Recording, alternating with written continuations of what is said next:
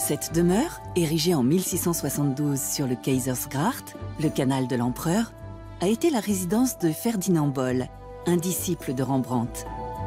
Depuis la fin du XIXe siècle, elle appartient à une vieille famille de la cité, les Van Loon. Aujourd'hui, elle abrite un musée. Dès le XVIIe siècle, Amsterdam a été conçue comme une ville verte. Un tiers de sa surface était occupé par des jardins d'agrément, cachés derrière les maisons. Ces havres de verdure ont été dessinés pour le plaisir des yeux. À la fin du XVIe siècle, Amsterdam devient une grande puissance maritime et commerciale. La ville s'enrichit considérablement et se développe à une vitesse extraordinaire. Le creusement des canaux commence dès 1612.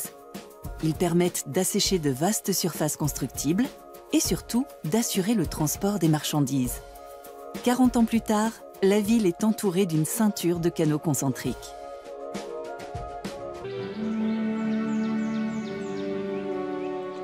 Pour les grues cendrées, par exemple, les mesures de protection sont une réussite. En Europe, leur nombre a augmenté. C'est aussi le cas chez d'autres espèces de grands oiseaux rares, comme les pigargues à queue blanche ou les faucons pèlerins. Mais qui sont alors les oiseaux qui disparaissent petit à petit? Un chercheur du Muséum national d'histoire naturelle coordonne depuis Paris un programme de recensement national. Les ornithologues relèvent l'état des populations d'oiseaux dans toute la France.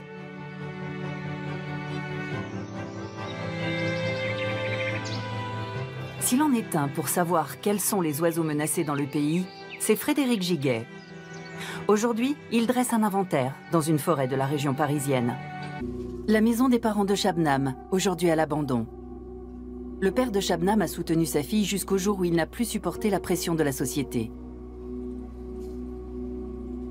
C'est ici qu'il s'est donné la mort. La belle-mère de Shabnam, elle, a dû quitter le village. Chez Om Prakash, tout se fait selon l'ancien ordre patriarcal. Lorsque les fils se marient, leur épouse emménage avec eux dans la maison des parents. Les femmes sont des bêtes de somme, sans identité. C'est ce qu'enseigne l'épouse d'Om Prakash, Reshma, à ses belles-filles.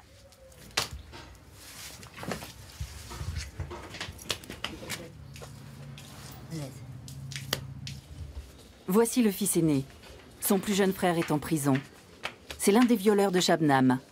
Son père Om Prakash et sa mère Reshma contestent sa culpabilité. L'image traditionnelle de la femme étant ce qu'elle est, pour eux c'est la victime qui est coupable.